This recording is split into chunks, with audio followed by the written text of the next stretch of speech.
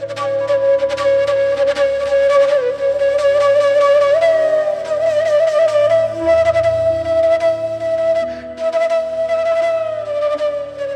ശാന്തി. ഇന്ന് നമ്മുടെ ട്രെയിനിങ്ങിൻ്റെ 14ാമത്തെ ദിവസമായി.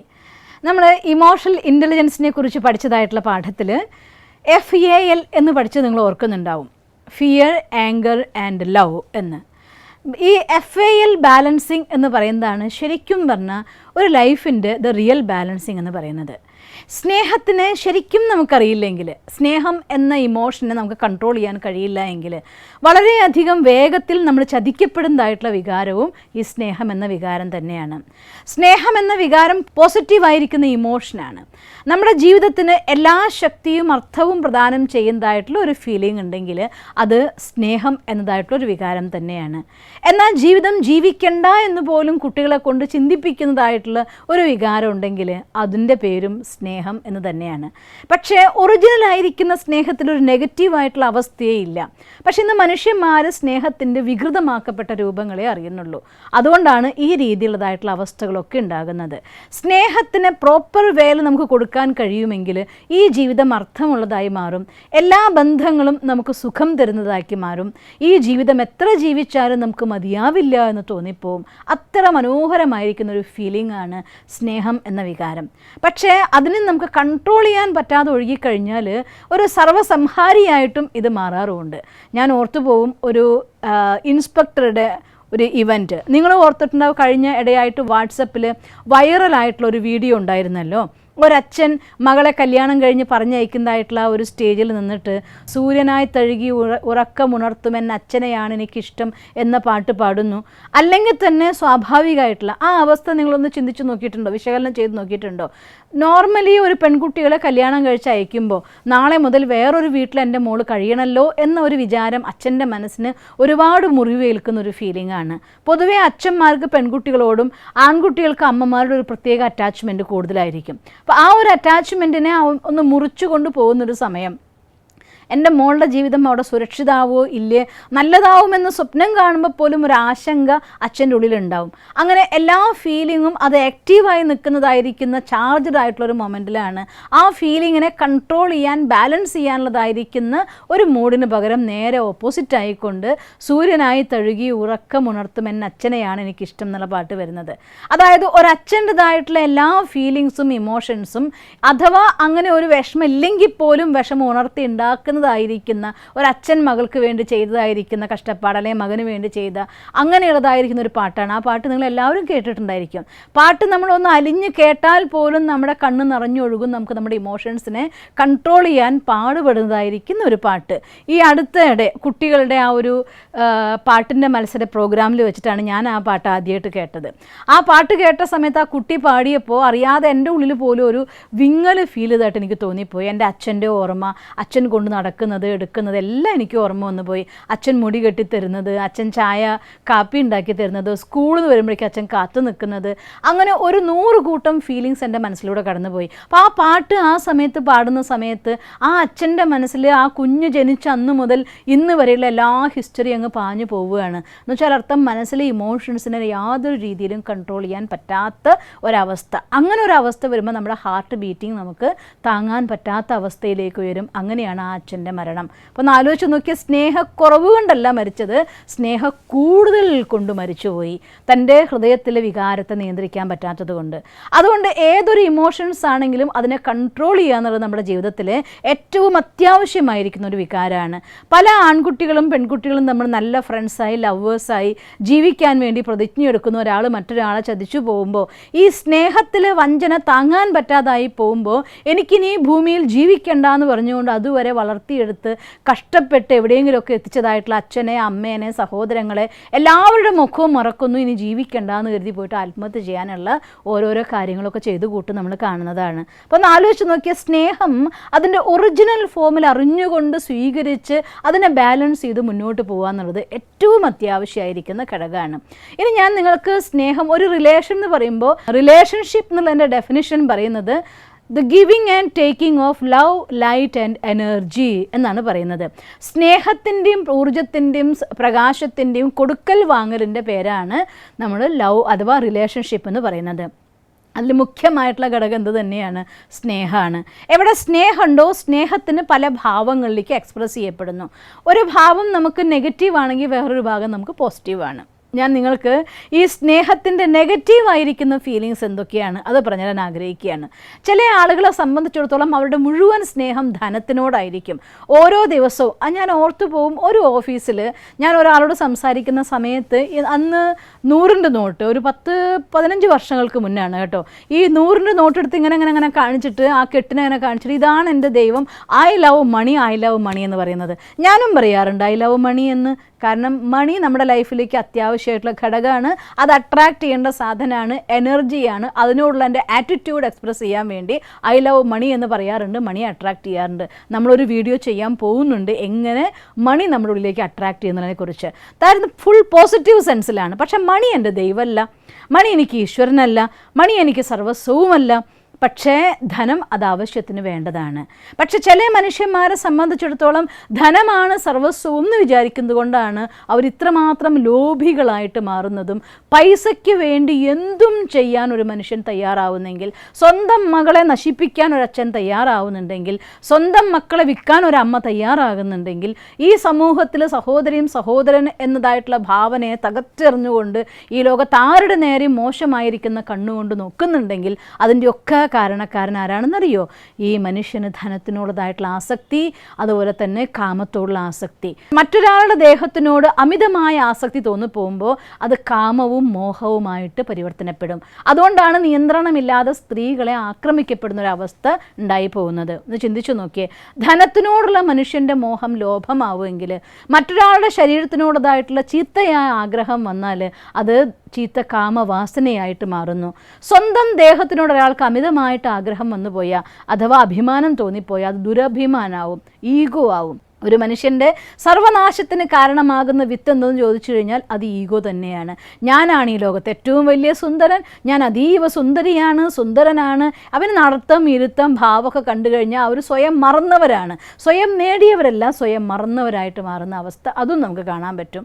അഥവാ ഒരാളുടെ സ്നേഹം സ്വന്തം പദവിയോടാണെന്നുണ്ടെങ്കിൽ അവർക്ക് ആ പദവിയിൽ നിന്നിട്ട് എല്ലാത്തിനെയും കാണാൻ പറ്റുള്ളൂ. ഉദാഹരണം പറഞ്ഞാൽ ചില പോലീസ് ഉദ്യോഗസ്ഥന്മാർ വീട്ടിൽ വന്ന ശേഷം പോലീസായി പെരുമാറുന്ന അച്ഛന്മാരെ കുറിച്ച് എനിക്കറിയാം, അമ്മമാരെ കുറിച്ച് എനിക്കറിയാം. അപ്പം അതുകൊണ്ട് അവർ ആ പദവിയിൽ നിന്ന് മാറുന്നേ ഇല്ല. ഡോക്ടർ, എൻജിനീയർ, അല്ലെങ്കിൽ ആ പൊസിഷൻ എന്താണെങ്കിൽ അതിൽ തന്നെ എല്ലാ സമയത്ത് ഇരിക്കുക. അവരുടെ ഫാമിലിയുള്ളിൽ ഹാപ്പിനെസ് ഉണ്ടാവില്ല. കാരണം ആ പദവിയോട് ഒരാളും റിലേഷൻ ക്രിയേറ്റ് ചെയ്യാൻ പറ്റില്ല, മനുഷ്യനോട് റിലേഷൻ ക്രിയേറ്റ് ചെയ്യാൻ പറ്റുള്ളൂ. അപ്പം അതുകൊണ്ട് സ്നേഹം പദവിയോടായി പോയി കഴിഞ്ഞാൽ അതൊരു മനുഷ്യൻ്റെ ക്രോധത്തിൻ്റെ കാരണമായി മാറും. അവർക്കും അവരുടെ ഈഗോ അല്ലെങ്കിൽ അവരുടെ മോഹത്തിനെ ജയിക്കാനായിട്ട് സാധ്യമല്ല. പിന്നെ സ്നേഹം മറ്റുള്ളവരുടെ ദേഹത്തിനോടാവുമ്പോൾ അതിന് അറ്റാച്ച്മെൻറ്റ് എന്ന് പറയുക. എന്താ അറ്റാച്ച്മെൻറ്റും സ്നേഹവും തമ്മിലുള്ള വ്യത്യാസം? സ്നേഹത്തിൻ്റെ ഒറിജിനൽ ഫോം ആദരവാണ്. ഇപ്പോൾ ഒരു റിലേഷൻ്റെ ഉള്ളിൽ എനിക്ക് അവരോട് ആദരവ്, അവർക്ക് എന്നോട് ആദരവാണ് എങ്കിൽ തീർച്ചയായിട്ടും അത് സ്നേഹത്തിൻ്റെ പ്യൂറസ്റ്റ് ഫോമാണ്.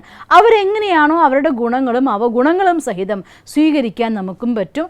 നമ്മളെങ്ങനെയാണോ അതുപോലെ സ്വീകരിക്കാൻ അവർക്കും ആവും. ഈ ലോകത്ത് ഗുണം മാത്രം നിറഞ്ഞ ഒരു മനുഷ്യന്മാരും ഇല്ല. എല്ലാ മനുഷ്യന്മാരിലും എന്തെങ്കിലുമൊക്കെ അവഗുണം ഉണ്ടാവും, ഗുണം ഉണ്ടാവും. പക്ഷേ അവരുടെ ഗുണത്തെ കണ്ടുകൊണ്ട് അവഗുണത്തെ ഇല്ലാതാക്കാനുള്ളതായിരിക്കുന്ന ശക്തി, അതിൻ്റെ പേരാണ് സ്നേഹം എന്ന് പറയുന്നത്. അതുകൊണ്ടാണ് നിങ്ങളൊന്ന് നോക്കിയേ, അമ്മമാർ മക്കളെ ശാസിക്കാറുണ്ട്, അടിക്കാറുണ്ട്, തെറ്റ് കണ്ട ചീത്ത പറയാറുണ്ട്. പക്ഷേ ഇതൊക്കെ ഒരമ്മയ്ക്ക് കുട്ടിയോടുള്ള സ്നേഹക്കുറവ് കൊണ്ടാണോ കൂടുതൽ കൊണ്ടാണോ എന്ന് പറയൂ നിങ്ങൾ തന്നെ. നമ്മൾ ഉത്തരം പറഞ്ഞിട്ടുണ്ടായിരിക്കുമല്ലോ, ഒരു അമ്മയുടെ സ്നേഹത്തിൻ്റെ പ്രകടനമാണ് അതെല്ലാതും. നമ്മൾ പറയും എന്താ ചെയ്യുക, നമുക്ക് സ്നേഹമുള്ളവരല്ലേ, അതുകൊണ്ടാണ് അവർ നമ്മളോട് പറയുന്നത്. നമ്മുടെ നന്മ കാക്ഷിക്കുകയാണ് അവർ. നമ്മൾ ഒരിക്കലും ഒരു കുട്ടി ഒരിക്കലും തെറ്റായ കർമ്മം ചെയ്യരുത് എന്നൊരമ്മ ആത്മാർത്ഥമായി ആഗ്രഹിക്കും. ആ ആഗ്രഹത്തിൻ്റെ എക്സ്പ്രഷനാണ് കുട്ടി തെറ്റ് ചെയ്യുമ്പോൾ അമ്മ ശാസിക്കുന്നത്, കുട്ടി തെറ്റ് ചെയ്യുമ്പോൾ അമ്മ അടിക്കുന്നത്, ഇതൊക്കെ ചെയ്യുന്നത്. അടിക്കലും ശാസിക്കലും ശരിയോ തെറ്റോ അത് വേറെ സെക്ഷൻ. പക്ഷേ ആ അമ്മ എന്തുകൊണ്ടത് ചെയ്തു എന്ന് ചോദിച്ചാൽ, എൻ്റെ കുഞ്ഞിന് വേണ്ടി എത്ര ദിവസം വേണമെങ്കിൽ ഉറക്കൊഴിക്കാൻ, എൻ്റെ കുഞ്ഞിനെ സംരക്ഷിക്കാൻ വേണ്ടി എവിടേക്ക് വേണമെങ്കിൽ പോകാൻ ഒരമ്മ തയ്യാറാവും. ശാരീരികമായിട്ടുള്ള എല്ലാ ലിമിറ്റേഷൻസിനും ഉപരിയായി പറക്കാൻ ഒരമ്മ തയ്യാറാവുന്നു. എന്തുകൊണ്ടാണ്? സ്നേഹം അതിൻ്റെ ഒറിജിനൽ ഫോമിലാണ്. എൻ്റെ കുട്ടിയാണ്, അവനെനിക്ക് സംരക്ഷിച്ചേ പറ്റൂ. അവൻ്റെ ഡെവലപ്മെൻറ്റ്, അവന് പഠിക്കാൻ എന്താ വേണ്ടേ ആ സപ്പോർട്ട് ചെയ്തു കൊടുക്കാൻ, അവൻ ഏത് ലെവലിലാണ് വരണ്ടേ ആ ലെവലിൽ ഉയർത്തിയെടുക്കാൻ. അതിൻ്റെ പേരാണ് സ്നേഹം. പക്ഷേ ഇന്നത്തെ കാലത്ത് ചില മാതാപിതാക്കൾ എൻ്റെ കുട്ടി എഞ്ചിനീയർ ആവണം ഞാൻ മോഹിക്കുന്നു, അതുകൊണ്ട് എഞ്ചിനീയർ തന്നെ ആവണം. കുട്ടിക്ക് ഡോക്ടർ ആവാനാണ് ഇഷ്ടമെങ്കിലും അവൻ എഞ്ചിനീയർ ആയാൽ മതി. കുട്ടിക്ക് വക്കീലാവാനായിരിക്കും ഇഷ്ടം, ഇവൻ എഞ്ചിനീയർ ആയാൽ മതി. ഈ രീതിയിൽ അച്ഛനും അമ്മയും അടിച്ചേൽപ്പിച്ചപ്പോൾ ആ സ്നേഹത്തിന് പകരം മോഹമായി മാറി. അതിൻ്റെ പ്രതിഫലനമാണ് ഇന്ന് നമ്മൾ ലോകത്ത് കണ്ടുകൊണ്ടിരിക്കുന്നത്. മാതാപിതാക്കളും മക്കളും തമ്മിൽ ടീനേജേഴ്സായി കഴിയുമ്പോൾ അകന്നകന്നു പോയിക്കൊണ്ടിരിക്കുന്നതിൻ്റെ കാരണം എന്തുകൊണ്ടാണ്? അവിടെ സ്നേഹത്തിന് പകരം മോഹമാകുന്നു, അത് സുഖത്തിന് പകരം ബന്ധനമായിട്ട് മാറുന്നത് കൊണ്ടാണ്. അതുകൊണ്ട് സ്നേഹം മറ്റൊരാളുടെ ദേഹത്തിനോടാകരുത്, ഒരാത്മാവിന് മറ്റൊരാത്മാവിനോട്. ഒരു പേഴ്സണാലിറ്റിക്ക് മറ്റൊരു പേഴ്സണാലിറ്റിയോട് സ്നേഹമാവാം. അവിടെയും പേഴ്സണാലിറ്റി അഡിക്ഷൻസിലേക്ക് നമ്മൾ പോകരുത്. എന്നുവെച്ചാൽ അർത്ഥം എനിക്ക് ഒരാളുടെ ഒരു സ്പെഷ്യാലിറ്റിയോട് ഇഷ്ടം തോന്നണമെങ്കിൽ അത് എൻ്റെ ഉള്ളിൽ 1% ഇല്ലാത്ത ഒരു കലയും എനിക്ക് മറ്റൊരാളുടെ കലയെ ആസ്വദിക്കാനാവില്ല. കുറച്ച് പാടാനുള്ള കഴിവുണ്ടായിരിക്കും, അതേസമയം മറ്റൊരാൾ നന്നായി പാടുന്ന ഒരാളെ കാണുമ്പോൾ അവരോട് ആരാധന. കാരണം എൻ്റെ ഉള്ളിലുണ്ട്, അതുകൊണ്ട് ഞാൻ അവരിൽ അത് കാണുന്നു. ഒട്ടും പാട്ട് ഇഷ്ടമല്ലാത്ത ഒരാൾ എത്ര നന്നായി പാടുന്ന ഒരാളാണെങ്കിലും അവൻ പാട്ടുകാരൻ ആണോ, വെരി ഗുഡ് എന്ന് പറഞ്ഞ് അവിടെ അവസാനിക്കും. അല്ലെങ്കിൽ ചോദിക്കുക ഏതൊക്കെ പാട്ട് പാടും, എന്ത് പാട്ട് പാടും, എങ്ങനെയാണ്, കാരണം എനിക്ക് ആരാധനയുള്ളത് ജനിച്ചു വരുന്നു. അപ്പോൾ റെസ്പെക്റ്റ് ആവാം, പക്ഷേ അത് അഡിക്ഷനിലേക്ക് മാറരുത്. ആ അഡിക്ഷൻസും മനുഷ്യന്മാരെന്ന ലോകത്ത് മനുഷ്യനെ കൊന്നുകൊണ്ടിരിക്കുകയാണ്. ഒരു പേഴ്സണാലിറ്റി ഒരു ഗുണം കണ്ടു കഴിയുമ്പോൾ അവരോടുണ്ടാകുന്ന അമിതമായിരിക്കുന്ന ആരാധനയാവാം. അതിൻ്റെ പേര് നമ്മൾ റെസ്പെക്റ്റ് എന്ന് പറയും, ആദരവെന്ന് പറയും. പക്ഷേ അമിതമായിരിക്കുന്ന ആദരവുണ്ടായിക്കഴിഞ്ഞാൽ പിന്നെ അവർ പറയുന്ന പോലെ തുള്ളുന്ന പാവകളായിട്ട് നമ്മൾ പരിവർത്തനമാവും. അതോടുകൂടിയിട്ട് എന്ന് അവർ നിങ്ങളുടെ അടുത്ത് കണക്ഷൻ കട്ട് ചെയ്യുന്നു അന്ന് ഈ ലൈഫേ ഇല്ലാതായിട്ടായിട്ട്, ഭൂമിയിൽ നിന്ന് ഈ മണ്ണും ഭൂമിയും ഒലിച്ചു പോയതായിട്ടും എവിടേക്കോ പോകുന്നതായിട്ടൊക്കെ നിങ്ങൾക്ക് തോന്നിപ്പോവും. അതിൻ്റെ പേരാണ് റിലേഷൻഷിപ്പ് അഡിക്ഷൻ എന്ന് പറയുന്നത്. അതുകൊണ്ട് സ്നേഹം എന്ന് വെച്ചാൽ അർത്ഥം നമ്മുടെ കൂടെ എൻ്റെ ഫ്രണ്ടാണെങ്കിലും എൻ്റെ ചേച്ചിയാണേലും ചേട്ടനാണേലും അച്ഛനാണേലും അമ്മയാണെങ്കിലും ഹസ്ബൻഡാണെങ്കിലും പുത്രനാണെങ്കിലും പുത്രിയാണെങ്കിലും വൈഫാണെങ്കിലും റിലേഷൻഷിപ്പ് എന്തുമായിക്കോട്ടെ അതിൻ്റെ ഉള്ളിലെല്ലാം തന്നെ വിത്ത് ലവ് എന്ന് ചിലർത്ഥം അത് കെയറിങ് ആണ്. എൻ്റെ കൂടെയുള്ള ആൾക്ക് വേണ്ടി സുഖമില്ലാണ്ടാവുന്നു, അവർക്ക് ഞാൻ മരുന്നാക്കി കൊടുക്കുന്നു, അവർക്ക് റെസ്റ്റ് എടുക്കാൻ വേണ്ടി സപ്പോർട്ട് കൊടുക്കുന്നു. That is caring. കരുതൽ എന്ന് പറയും നമ്മൾ മലയാളത്തിൽ. ആ കരുതൽ അത് സ്നേഹത്തിൻ്റെ പ്രകടനമാണ്. അവരുടെ ഒരു കല കാണുന്ന സമയത്ത് കൺഗ്രാജുലേറ്റ് ചെയ്യുന്നത് അവരോടുള്ള സ്നേഹത്തിൻ്റെ പ്രകടനമാണ്, അവരോടുള്ള ആദരവിൻ്റെ പ്രകടനമാണ്. അവർ തെറ്റ് കണ്ടു കഴിയുന്ന സമയത്ത് സ്നേഹത്തോടു കൂടി തെറ്റാണ് തിരുത്തണം, ശരി എല്ലാം നിങ്ങൾക്ക് പറഞ്ഞു കൊടുക്കാൻ പറ്റുന്നുണ്ടോ, അതിൻ്റെ പേര് സ്നേഹം എന്നാണ്. അതേസമയം ഒരാൾ അവർ ഞാൻ പറയുന്ന പോലെ ചെയ്യാവൂ, ഞാൻ പറയുന്ന പോലെ കേൾക്കാവൂ, എൻ്റെ ഇഷ്ടപ്രകാരം നടക്കാവൂ, ഈ രീതിയിൽ നമ്മൾ എന്ന് വരുന്നോ അവിടെ നമ്മുടെ ബന്ധങ്ങളിലെ ബാലൻസിങ് അവിടെ അവസാനിക്കുന്നു. സ്നേഹത്തിൻ്റെ ബാലൻസിങ് അവിടെ അവസാനിക്കുകയാണ്. അതിൻ്റെ പേരാണ് അറ്റാച്ച്മെൻറ്റ് അഥവാ മോഹം എന്ന് പറയുന്നത്. മോഹം കൊണ്ടാണ് ഇന്ന് ബന്ധങ്ങൾ ഒന്നിച്ച് ജീവിക്കുമ്പോൾ ഒരു മുറിയിൽ ഭാര്യയും ഭർത്താവുമായിട്ട് ജീവിക്കുന്നു, അച്ഛനും മക്കളും അമ്മയുമായിട്ട് ജീവിക്കുന്നു, പക്ഷേ പരസ്പരം ധ്രുവങ്ങളിൽ ഞങ്ങൾ താമസിക്കുന്നു എന്ന് പറയുന്നുണ്ടെങ്കിൽ മറ്റൊന്നുമല്ല, കാരണം മനുഷ്യന്മാർ മോഹം എന്ന കയറുകൊണ്ട് കെട്ടുമ്പോൾ ബന്ധുര കാഞ്ചന കൂട്ടിലാണെങ്കിലും ബന്ധനം തന്നെ വാരിൽ എന്ന് പറയുന്നു. ജീവിതം തന്നെ മനുഷ്യന് മടുപ്പായി പോകുന്നു. ഞാൻ ഒരനുഭവം ഓർത്തു പോവുകയാണ്. ഒരു ഫാമിലിയിൽ ഒരിക്കൽ പോയി സംസാരിക്കാനിടയായി. പുറമെന്ന് കാണുന്ന സമയത്ത് വെൽ ഓഫ് ആയിട്ടുള്ളൊരു ഫാമിലി, ഹസ്ബൻഡും വൈഫും ഒക്കെ, വൈഫ് ഭയങ്കരമായിട്ട് അനുസരണയുള്ളതായിട്ടുള്ള വൈഫാണ്. ഹസ്ബൻഡ് ഭാര്യയ്ക്ക് ഭയങ്കര ആദരവ് കൊടുക്കുന്ന പോലെ നമുക്ക് തോന്നിപ്പോവും. ഞാൻ സംസാരിച്ച് അവരുടെ ലൈഫിൽ എന്തോ ഒരു കാര്യം പറഞ്ഞ സമയത്ത് വൈഫ് പറയുകയാണ്, ഞാൻ എൻ്റെ ഫ്രീഡത്തിന് എൻ്റെ ഹസ്ബൻഡിൻ്റെ മരണം കാത്തിരിക്കുകയാണ്. പറഞ്ഞു കഴിഞ്ഞപ്പോൾ അടുത്ത സെക്കൻഡ് ഒരു വളരെ വെളുത്തുപോയി, ഇതെന്താ ഞാൻ ഈ പറഞ്ഞത് എന്ന്. But it was the reality. ഭാര്യ ഇവിടെ നിന്ന് അവിടെ പോകണമെങ്കിൽ ഒരു കാര്യം ഭർത്താവിനോട് ചോദിച്ചിട്ടില്ലെങ്കിൽ ഭർത്താവ് കത്തും. കഴിക്കുന്നത് എന്ത്, കുടിക്കുന്നത് എന്ത്, ഉടുക്കുന്നത് എന്ത്, മുടി എങ്ങനെ കെട്ടണം, അങ്ങനെ അണിയണം, എന്ത് ആഭരണം ഇടണം, ഈച്ച് ആൻഡ് എവറി ആക്ഷൻ. ഇത് എനിക്ക് അത്രയും സ്നേഹം, എൻ്റെ വൈഫിന് വേണ്ടി ഞാൻ ഇത് ചെയ്യും, വൈഫിന് വേണ്ടി ഇത് ചെയ്യുമെന്ന് പറയും. പക്ഷേ വൈഫിൻ്റെ ഇഷ്ടം എന്തെന്ന് ഒരിക്കൽ പോലും അയാൾ നോക്കാറിയില്ല. ഒന്ന് ആലോചിച്ച് നോക്കിയേ, പുറം ലോകത്ത് കാണുമ്പോൾ വെൽ ഓഫ് ആയിരിക്കുന്ന ഒരു ഫാമിലി, അവരുടെ പരസ്പരമുള്ളതായിരിക്കുന്ന മനസ്സിൻ്റെ അടുപ്പം. അതേസമയം ഈവൻ കുറച്ച് അങ്ങോട്ടും ഇങ്ങോട്ടും തട്ടലും മുട്ടലും ചീറ്റലും ഒക്കെ ഉണ്ടെങ്കിൽ പോലും പല ഭാര്യ ഭർത്താക്കന്മാരും ഒരാൾക്ക് മറ്റൊരാൾക്കൊന്ന് വരുന്നത് കേൾക്കാൻ പോലും കഴിയില്ല. അത്രയ്ക്ക് സ്നേഹം കൊണ്ട് ബന്ധിക്കപ്പെട്ട ആളുകളെയും ഞാൻ കണ്ടിട്ടുണ്ട്. അതുകൊണ്ട് സ്നേഹം എന്നത് ഒരാൾ മറ്റൊരാൾക്ക് സാധനം വാങ്ങിച്ചു കൊടുത്തുകൊണ്ട് കിട്ടുന്നതല്ല, ഒരാൾ മറ്റൊരാൾക്ക് വേണ്ടി എന്തെങ്കിലും കൊടുത്തു എന്നാണ് കിട്ടുന്നതല്ല. അത് ആദരവിൽ നിന്നും കരുതലിൽ നിന്നും കെയറിങ്ങിൽ നിന്നും റെസ്പെക്റ്റിൽ നിന്നും ജനിക്കുന്ന ഒന്നാണ്. അതുകൊണ്ട് ആ ഒരു സ്നേഹത്തിൽ നിന്ന് മറികടന്ന് നമുക്ക് ഈ ലോകത്ത് ജീവിക്കാനാവില്ല. ആ മറികടന്ന് എന്തൊക്കെ നിങ്ങളോട് കയറിക്കൂടുന്നു അതൊക്കെ സ്നേഹത്തിൻ്റെ വികൃത ഭാവങ്ങളാവുകയാണ്. അതാണ് ചിലപ്പോൾ മരണത്തിൽ കലാശിക്കും, ചിലപ്പോൾ നിരാശയിൽ കലാശിക്കും, ചിലപ്പോൾ ഡിപ്രഷനിൽ കലാശിക്കും, ചിലപ്പോൾ ഒന്നും ചെയ്യാത്ത നംനെസ് ക്രിയേറ്റ് ചെയ്യുന്ന അവസ്ഥയിൽ കൊണ്ടെത്തിക്കും. ഇതിൻ്റെയൊക്കെ കാരണം സ്നേഹത്തിൻ്റെ വികൃത ഭാവങ്ങളാണ്. അതുകൊണ്ട് സ്നേഹത്തിൻ്റെ ഒറിജിനൽ ഫോം അത് നമുക്ക് മെയിൻറ്റെയിൻ ചെയ്യാൻ എന്ത് വേണം?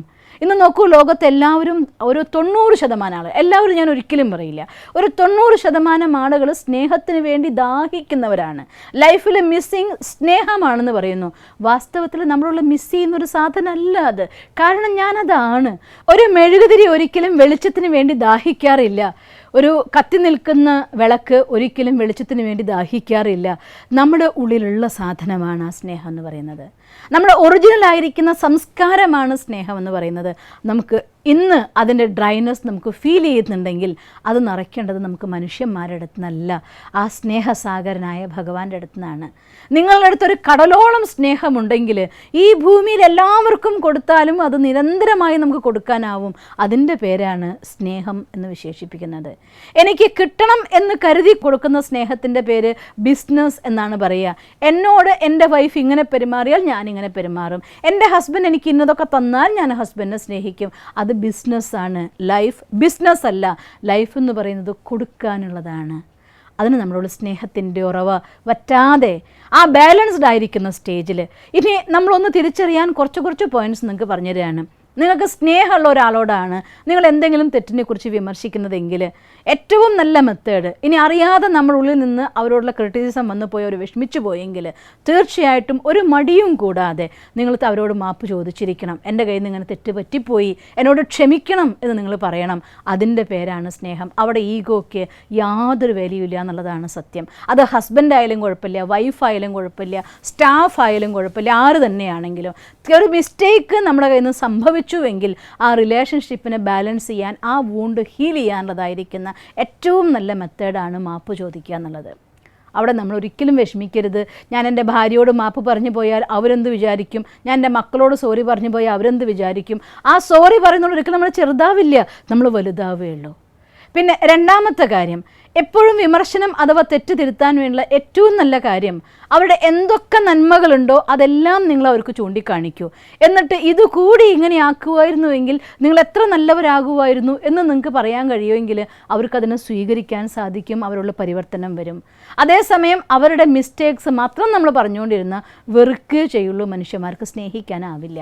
അതുകൊണ്ട് സ്നേഹം എന്ന് വെച്ചാൽ അർത്ഥം അവരെ തിരുത്തേണ്ട ആൾ ഞാനല്ലേ. പല മാതാപിതാക്കളിൽ നിന്നും പല ഗുരുനാഥന്മാരിൽ നിന്നും പലരിൽ നിന്നും ഞാനിത് അവസ്ഥ കണ്ടിട്ടുണ്ട്. നിന്നെ തിരുത്താൻ എനിക്കല്ലേ പറ്റൂ, ഞാൻ പറഞ്ഞല്ലേ പറ്റൂ, അതുകൊണ്ട് ഞാൻ പറഞ്ഞിരിക്കും. എന്തുമാത്രം പറയും? തിന്മ മാത്രം. എപ്പോഴൊക്കെ തെറ്റുണ്ടോ അപ്പോഴൊക്കെ അത് ചൂണ്ടിക്കാണിക്കും. നല്ലത് ചെയ്താൽ നോ അപ്രീസിയേഷൻ. അത് സ്നേഹത്തിൻ്റെ പ്രകടനമേ അല്ല, അത് തെറ്റായ വിചാരമാണ് സ്നേഹത്തിൻ്റെ പ്രകടനമാണെന്ന്. അതുകൊണ്ട് എപ്പോഴൊക്കെ അവരുടെ ക്വാളിറ്റി ഉണ്ടോ, ചെറുതോ വലുതോ ആയിരിക്കുന്ന ഏതൊരു ക്വാളിറ്റീനെയും കൺഗ്രാജുലേറ്റ് ചെയ്യാനും എന്നിട്ട് അവരുടെ എന്തെങ്കിലും തെറ്റ് സംഭവിക്കുമ്പോൾ ഇത് കൂടെ ചേർക്കാനും നിങ്ങൾക്ക് സാധിക്കുമെങ്കിൽ നിങ്ങൾ പറയുന്നതായിട്ടുള്ള തിരുത്തുകൾ അവർ സന്തോഷത്തോടെ സ്വീകരിക്കും. അവർക്ക് തീർച്ചയായിട്ടും ഹാപ്പിയസ്റ്റ് ആയിട്ടുള്ള രീതിയിൽ ഒരു റിലേഷൻ ക്രിയേറ്റ് ചെയ്യാൻ പറ്റുകയും ചെയ്യും.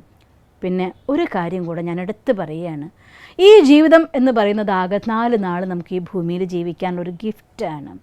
ഇന്നല്ലെങ്കിൽ നാളെ സാഹചര്യങ്ങൾ ഒരു ദിവസം നല്ലത് വന്നേക്കുക, ഒരു ദിവസം മോശം വന്നേക്കുക. ഈ പ്രകൃതി ഒന്ന് നിരീക്ഷിച്ച് നോക്കിയൊക്കെ, മഴക്കാലം, മഞ്ഞുകാലം, അതുപോലെ തന്നെ വേനൽക്കാലം, എന്തെല്ലാം കാലങ്ങൾ നമ്മുടെ മുന്നിൽ കടന്നു പോകുന്നുണ്ട്. ഒരു പ്രകൃതിയും ഒരു കാലാവസ്ഥയും സ്ഥിരമായി നിൽക്കുന്നേയില്ല, മാറിക്കൊണ്ടേയിരിക്കുകയാണ്. പ്രഭാതവും പ്രദോഷവും അതുപോലെ തന്നെ ഉച്ചയും രാത്രിയും ഒന്നും തന്നെ നിൽക്കുന്നില്ല, എല്ലാം മാറിക്കൊണ്ടേയിരിക്കുകയാണ്.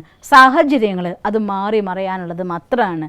അതുകൊണ്ട് എന്തെങ്കിലും ഒരു കാര്യം സാഹചര്യാനുസാരം ആരുടെയും കയ്യിൽ നിന്ന് എന്തെങ്കിലും തെറ്റ് സംഭവിച്ചാൽ അതിന് അവിടെ ഫുൾ സ്റ്റോപ്പ് ഇട്ടിരിക്കണം. പിന്നെ ഒരു പ്രാവശ്യം വരുമ്പോൾ അന്നും അങ്ങനെയായിരുന്നു ഇന്നും ഇങ്ങനെയാണ് ഒരിക്കലും നമ്മൾ കോട്ട് ചെയ്ത് വെച്ച് പറയരുത്. അത് നിങ്ങളുടെ ഉള്ളിൻ്റെ ഉള്ളിൽ അവരുള്ളതായിട്ടുള്ള ഫീലിംഗ് നിങ്ങൾ സേവ് ചെയ്ത് വെച്ചത് കൊണ്ടാണ്. അതുകൊണ്ട് തന്നെ ഒരിക്കലും ഒരു പ്യോർ ആയിരിക്കുന്ന ലവ് നമ്മുടെ ഉള്ളിൽ നമുക്ക് ക്രിയേറ്റ് ചെയ്യാൻ സാധ്യമല്ല. ആ പ്യോർ ലവ് നിങ്ങളുടെ ഉള്ളിൽ നിന്ന് ക്രിയേറ്റ് ചെയ്യപ്പെടുന്നില്ല എങ്കിൽ വൈബ്രേഷൻസ് നെഗറ്റീവേ വരുള്ളൂ, പോസിറ്റീവ് വരില്ല. അത് നമ്മുടെ ലൈഫിലും ഒരുപാട് നഷ്ടങ്ങൾ ഉണ്ടാക്കും. റിലേഷൻഷിപ്പിൻ്റെ ഉള്ള വാംത്ത് അറിയാതെ കടന്നു നഷ്ടപ്പെട്ടുകൊണ്ടേയിരിക്കും. നിങ്ങളൊന്ന് ആലോചിച്ച് നോക്കിയൊക്കെ, നല്ലൊരു ഗിഫ്റ്റ് നന്നായിട്ട് പൊതിഞ്ഞ ശേഷം ദുർഗന്ധം സ്പ്രേ ചെയ്തിട്ട് കൊടുത്താൽ ആ ഗിഫ്റ്റ് ആരും വാങ്ങിക്കില്ല. അതുപോലെ നല്ല കർമ്മം, നല്ല വാക്ക്, പക്ഷേ വൈബ്രേഷൻ നെഗറ്റീവ് ആണെങ്കിൽ ഒരിക്കലും ആ റിലേഷനെ ഹീൽ ചെയ്യാനോ ബെസ്റ്റ് ആക്കാനോ ഓരോ ദിവസം കഴിയും തോറും ആ ബോണ്ട് സ്ട്രോങ് ആക്കാനോ നിങ്ങൾക്ക് സാധ്യമല്ല. അതുകൊണ്ട് സ്നേഹം അത് ബാലൻസ്ഡ് ആയിരിക്കണം. ഒരിക്കലും കണ്ടീഷണലായിരിക്കുന്ന സ്നേഹം ആവരുത്. സ്നേഹം എന്തെങ്കിലും സംഭവിച്ചാൽ അതിനവിടുന്ന് ഡിലീറ്റ് ചെയ്യുക. ഡിലീറ്റ് ചെയ്യാനുള്ളതായിട്ടുള്ള മെത്തേഡ്സ് ഒരുപാട് നമ്മൾ പഠിക്കുന്നുണ്ടല്ലോ. നമ്മുടെ ഏതെങ്കിലും മെമ്മറി, ഒരു ഫീലിംഗ് അത് എഗെയിൻ ആൻഡ് എഗെയിൻ നിങ്ങളെ ഡിസ്റ്റർബ് ചെയ്യുന്നുണ്ടെങ്കിൽ അത് നമ്മളുള്ളിൽ ഊട്ടി ഉറയ്ക്കാനുള്ളതായിട്ടുള്ളൊരു സമയം കൊടുക്കാതെ അന്ന് രാത്രി തന്നെ ഒരു പേപ്പറും പെന്നും എടുത്തുകൊണ്ട് എന്തൊക്കെയാണോ നിങ്ങളുടെ ഫീലിംഗ് അത് ഒറ്റയ്ക്കിരുന്ന് ചെയ്യണം കേട്ടോ. അതിൽ മറ്റൊരാളെ കാണാൻ അനുവദിക്കരുത്. ഒറ്റയ്ക്കിരുന്നു കൊണ്ട് നിങ്ങളുടെ മനസ്സിൽ ആ ഒരു ഇവൻ്റ് നടക്കുന്ന സമയത്തുണ്ടാകുന്ന എല്ലാ ഫീലിങ്ങിനും നിങ്ങൾ വിശദമായിട്ട് തന്നെ എഴുതിക്കോളൂ. പൂർണ്ണമായി എഴുതി മനസ്സ് കാലിയാക്കിയ ശേഷം അന്ന് ആർക്കും എടുക്കാൻ പറ്റാത്ത രീതിയിൽ തന്നെ പോസ്റ്റ് ചെയ്ത് എവിടെയെങ്കിലും സേഫായിട്ട് എടുത്തു വെക്കുക, സൂക്ഷിക്കുക, ആർക്കും കിട്ടരുത്. ഇനി അഥവാ നിങ്ങൾ ഉറങ്ങുമ്പോൾ എടുക്കാനോ നിങ്ങൾക്ക് പേടി തോന്നുന്നുണ്ടെങ്കിൽ ബെഡിൻ്റെ അടിയിൽ വെച്ച് ഉറങ്ങിക്കോ, ആർക്കും എടുക്കാനാവില്ലല്ലോ. രാവിലെ എഴുന്നേറ്റ് അതിന് കീറി മുറിച്ച് കളഞ്ഞേക്കൂ. ആ ഒരു ഇവൻറ്റിലുള്ളതായിരിക്കുന്ന ഫീലിംഗ് നമ്മുടെ മനസ്സിനുള്ളിൽ നിന്ന് ഡിലീറ്റ് ചെയ്യപ്പെടും. ഏതെങ്കിലും രീതിയിൽ പുറത്തേക്ക് പ്രവഹിപ്പിക്കാതെ ഉള്ളിലെടുത്തതായിരിക്കുന്ന നെഗറ്റീവ് ഫീലിങ്സ് പോവാറില്ല. അപ്പോൾ സപ്പോസ് ഒരു നെഗറ്റീവ് ഫീലിംഗ് നമ്മൾ ഡിലീറ്റ് ചെയ്തില്ല എങ്കിൽ അത് നമുക്കറിയാലോ, ഒരു സാധനം നമ്മുടെ ഉള്ളിൽ പോയാൽ പുറത്തു വരാൻ കുറേ ഓട്ടകളുണ്ട്. ഒന്നുകിൽ ഇതിലേ വരും, അല്ലെങ്കിൽ ഈ രണ്ട് ഓട്ടയിൽ കൂടെ വരും, അല്ലെങ്കിൽ മുഖത്തെ എക്സ്പ്രഷൻസിലൂടെ പുറത്തേക്ക് വരും. ആ പുറത്തു വരുന്നതായിരിക്കുന്ന ഭാവം ആ റിലേഷൻ കുറച്ചും കൂടെ മോശമാക്കും. ഉള്ളിൽ സബ് കോൺഷ്യസ് മൈൻഡ് റെക്കോർഡ് ചെയ്യപ്പെടുന്ന നെഗറ്റീവ് ഫീലിംഗ് അത് നിങ്ങളുടെ ഉള്ളിലേക്ക് സംബന്ധങ്ങളെ മോശമാക്കിക്കൊണ്ടേയിരിക്കും.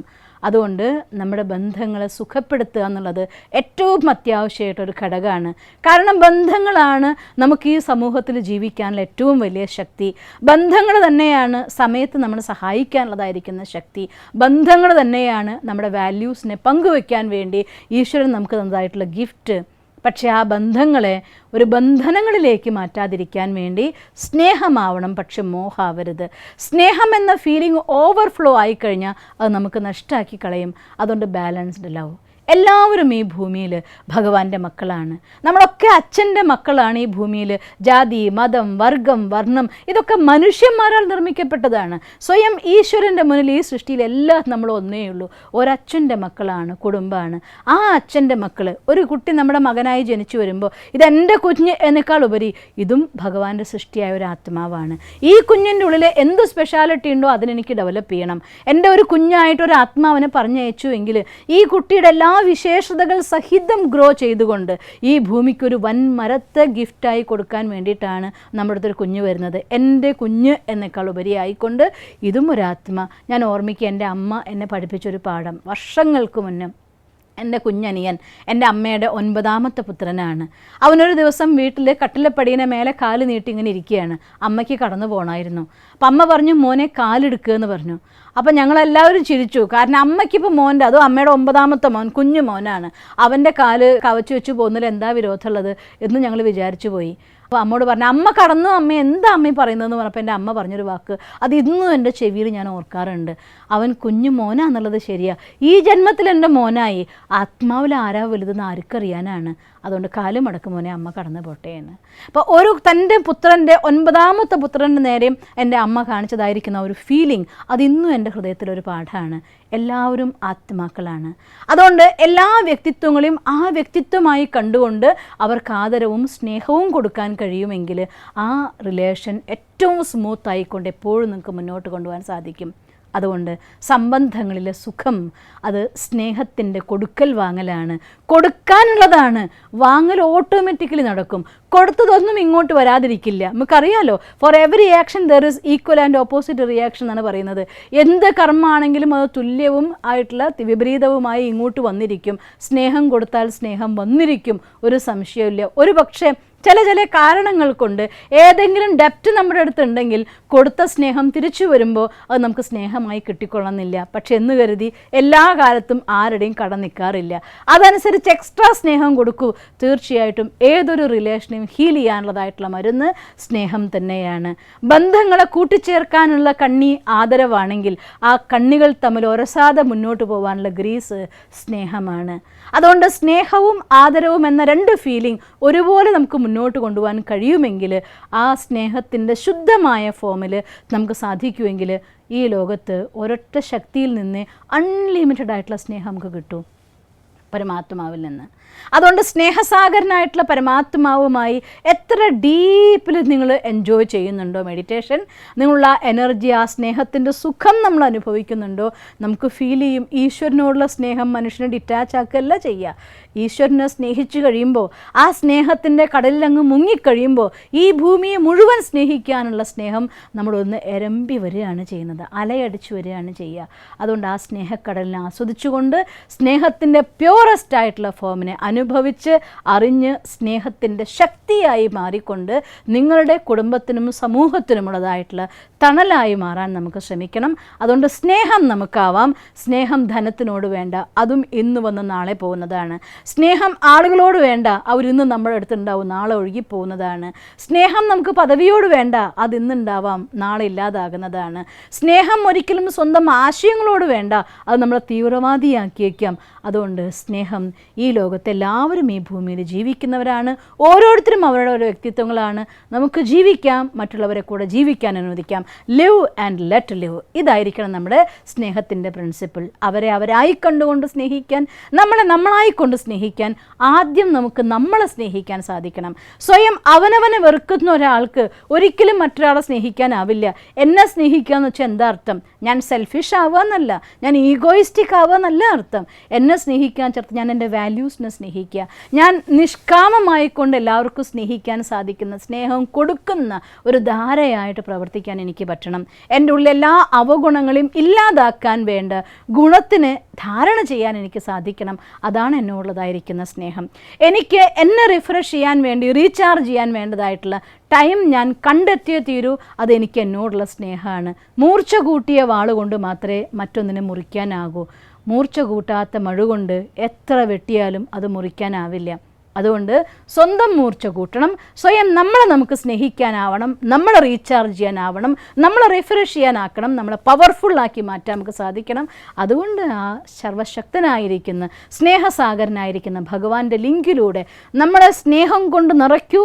നമ്മുടെ ഹൃദയം സ്നേഹം കൊണ്ട് വിദീർണമാകട്ടെ. ആ ഹൃദയത്തിലെ മുഴുവൻ ലോകത്തിനും ജീവിക്കാനുള്ള ശക്തി പ്രദാനം ചെയ്യാനാവട്ടെ. എന്തായാലും നമുക്ക് ഇന്നത്തെ ദിവസം ആ സ്നേഹത്തിന് എക്സ്പീരിയൻസ് ചെയ്യണം. ആ പ്യോർ ലവിൽ നമുക്ക് അങ്ങ് അലിഞ്ഞ് ചേരാം. എല്ലാ നെഗറ്റീവായിരിക്കുന്ന സ്നേഹത്തിൻ്റെ ആ സ്റ്റേജസിനെ നമുക്ക് ഡിലീറ്റ് ചെയ്യാം. ഓൺലി പോസിറ്റീവായിരിക്കുന്ന സ്നേഹത്തെ നിറയ്ക്കാം. നമ്മുടെ ഉള്ളിൽ നിന്ന് എല്ലാ നെഗറ്റീവിനെയും ഡിലീറ്റ് ചെയ്ത് പോസിറ്റീവ് നിറച്ചുകൊണ്ട് നമുക്ക് നമ്മളെ സ്നേഹിക്കാം, ഈശ്വരനെ സ്നേഹിക്കാം, ഈ ലോകത്തെ സ്നേഹിക്കാം. ഓം ശാന്തി. കുറച്ച് സമയം നമുക്ക് ആ സ്നേഹസാഗരത്തിൽ മുങ്ങിയലിയാണ്ടതായിരിക്കുന്ന യാത്ര ചെയ്യാം. ഓം ശാന്തി.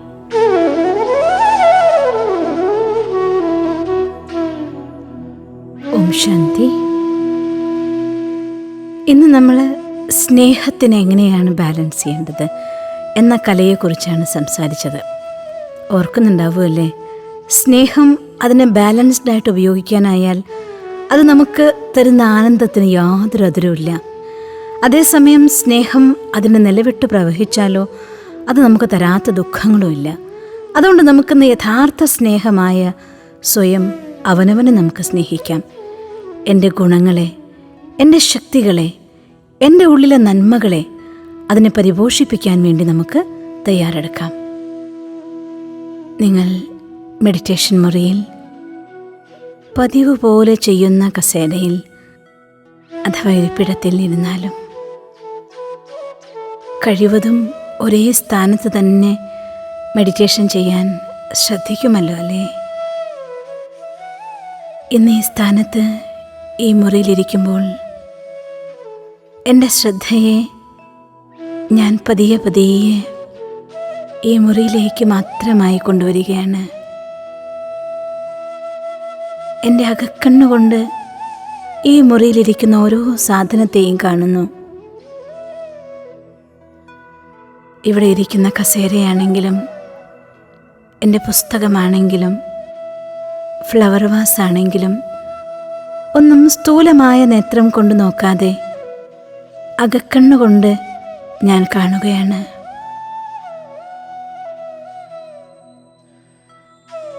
പതിയെ പതിയെ ശ്രദ്ധയെ കാലിൻ്റെ പെരുവിരലിലേക്ക് കൊണ്ടുവന്നാലും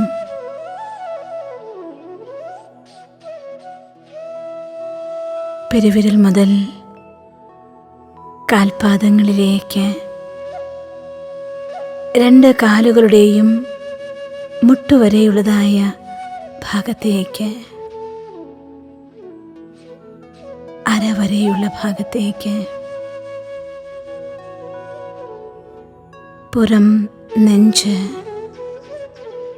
വയറ്, എല്ലാ ഭാഗങ്ങളിലേക്കും, ഷോൾഡറുകളിലേക്ക്, രണ്ട് കൈകളുടെയും വിരലറ്റം വരെയുള്ള ഭാഗത്തേക്ക്, പതിയെ പതിയെ കഴുത്തിലെ മാംസപേശികളിലേക്ക്, തലയിലേക്ക്, മുഖത്തേക്ക്, കണ്ണുകളിലേക്ക്, കൺപീലികളിലേക്ക്, ഇരുപുരികങ്ങളിലേക്കും, ഇരുപുരികങ്ങളുടെ മധ്യത്തിൽ തിളങ്ങിക്കൊണ്ടിരിക്കുന്ന ആ പ്രകാശ നക്ഷത്രത്തിലേക്ക് ഞാൻ എൻ്റെ ശ്രദ്ധയെ ഈ ശരീരത്തിലൂടെ മുഴുവൻ യാത്ര ചെയ്യിച്ചു. എത്ര വിചിത്രമായ, മനോഹരമായ ഒരു മെഷീനറിയാണ് ഈശ്വരൻ എനിക്ക് തന്നിരിക്കുന്നത്. ഇതൊരു മെഷീനറി മാത്രമല്ല, തികച്ചും വലിയൊരു ഫാക്ടറി തന്നെ. ആഹാരത്തെ ചവയ്ക്കാനും അതിനു വേണ്ട ജലം നൽകാനും അതരയ്ക്കാനും അതിനെ ശ്വസനഗതിയിലൂടെ വിഘടിപ്പിക്കാനും രക്തത്തിൽ അലിയിപ്പിക്കാനും ഈ ശരീരത്തിലുടനീളം പ്രവഹിപ്പിച്ച് അതിനെ കോശങ്ങളായും ഓക്സിജനായും ഉപയോഗിക്കാൻ,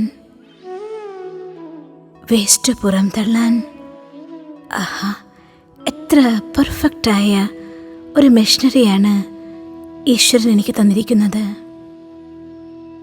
ഞാൻ ആ പരമ ചൈതന്യമായ ഈശ്വരീയ ശക്തിയോട് എൻ്റെ ഹൃദയത്തിൽ നിന്ന് നന്ദി പറയുകയാണ്. എൻ്റെ ഭഗവാനെ, അങ്ങയുടെ കൃപ തന്നെയാണ് എനിക്ക് നൽകിയ ഈ വലിയ സമ്മാനം. ഞാൻ ഈ വലിയ കോട്ടയിൽ രാജാവിനെ പോലെ വാഴുന്ന ആന്തരിക ശക്തിയാണ്. സപ്ത ഗുണങ്ങളാൽ നിർമ്മിതമായ പ്രകാശ ചൈതന്യമായ എന്നെ, ഈ ശരീരത്തെയും എൻ്റെ സത്യസ്വരൂപമായ പ്രകാശരൂപത്തെയും ഞാൻ സ്നേഹിക്കുന്നു. തീർച്ചയായും ഞാനിപ്പോൾ പെർഫെക്റ്റ് അല്ല. എൻ്റെ ഗുണങ്ങളും അവഗുണങ്ങളുമെല്ലാം ഉണ്ട്.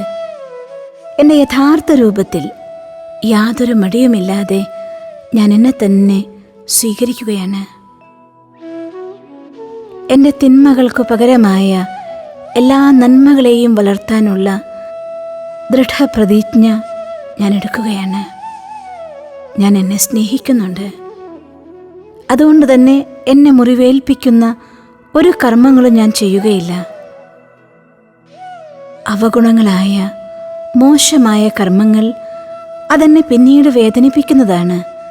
അതുകൊണ്ട് ശ്രേഷ്ഠമായ സത്യമായ കർമ്മങ്ങൾ മാത്രം ചെയ്യുമെന്ന് ഞാൻ എന്നെ തന്നെ ഓർമ്മിപ്പിക്കുകയാണ്.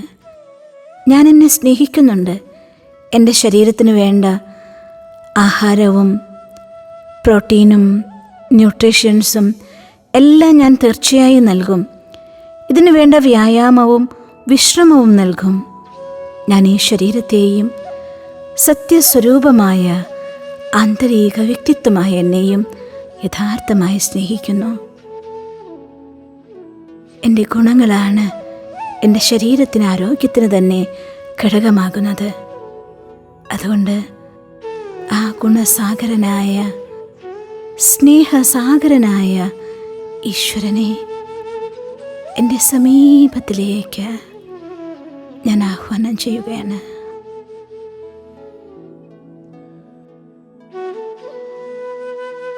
സ്നേഹസാഗരനായ ഭഗവാൻ പരം ജ്യോതിയായി എൻ്റെ തലയ്ക്കു മുകളിൽ പ്രത്യക്ഷനായിരിക്കുന്നു.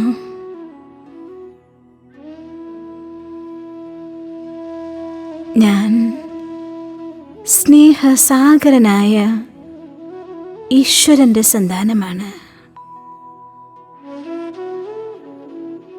ഈശ്വരൻ്റെ ശ്രേഷ്ഠമായ രചനയാണ്. സ്നേഹസാഗരനായ ഭഗവാനിൽ നിന്നും സ്നേഹത്തിൻ്റെ പ്രകാശകിരണങ്ങൾ ഇളം പച്ച നിറത്തിലുള്ള സ്വർണവർണ്ണം കലർന്ന ഒരലൗകിക പ്രകാശമായി എന്നിലേക്ക് ഒഴുകിയെത്തുകയാണ്.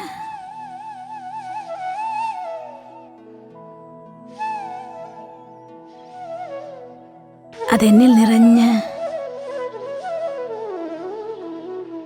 ശരീരത്തിലെ ഓരോ കണങ്ങളിലേക്ക് പോലും വ്യാപിക്കുകയാണ്.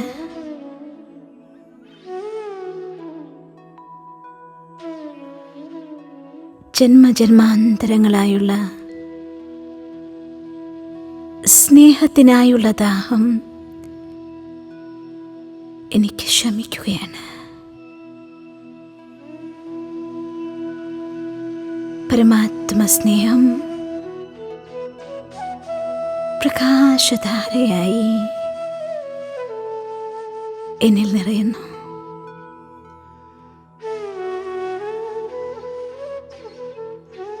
എൻ്റെ മനസ്സ് ഈശ്വര സ്നേഹത്താൽ ആനന്ദ പുളകിതമാവുകയാണ്.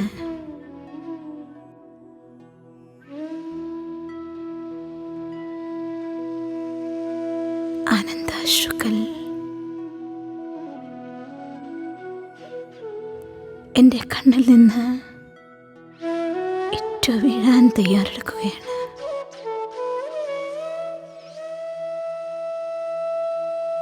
ഈ പ്രപഞ്ചത്തിൻ്റെ രചയിതാവായ സൃഷ്ടികർത്താവായ സർവസ്വവുമായ ഈശ്വരന്റെ സ്നേഹത്തിൽ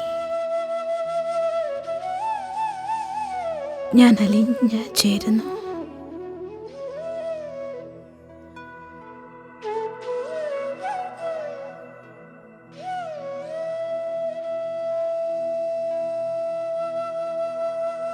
ഞാൻ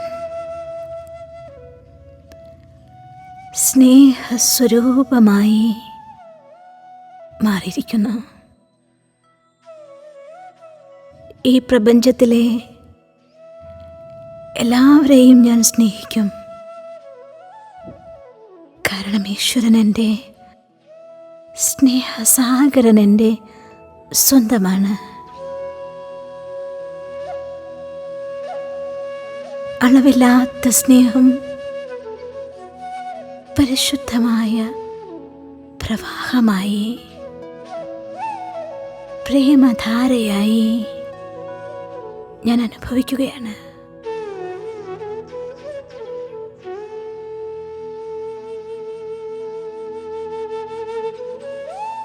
എൻ്റെ ഹൃദയം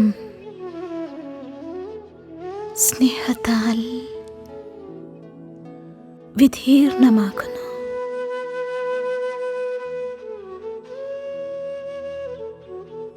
സത്യമായ സ്നേഹം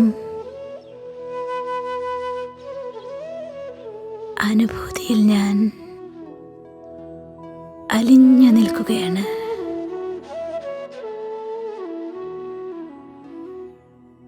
ഈ സൃഷ്ടിയിൽ നിന്ന് സർവ തിന്മകളുടെയും അന്ധകാരത്തെ ഇല്ലാതാക്കുന്ന പ്രകാശമായി ഈ സ്നേഹം എന്നിൽ നിറയുകയാണ്.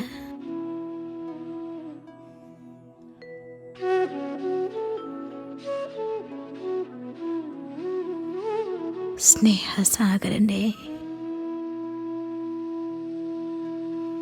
അനന്തമായ പ്രകാശകിരണങ്ങളിൽ അലിഞ്ഞ്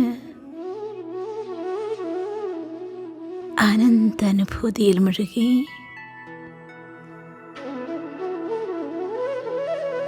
അനുഭവം ചെയ്തിരുന്നാലും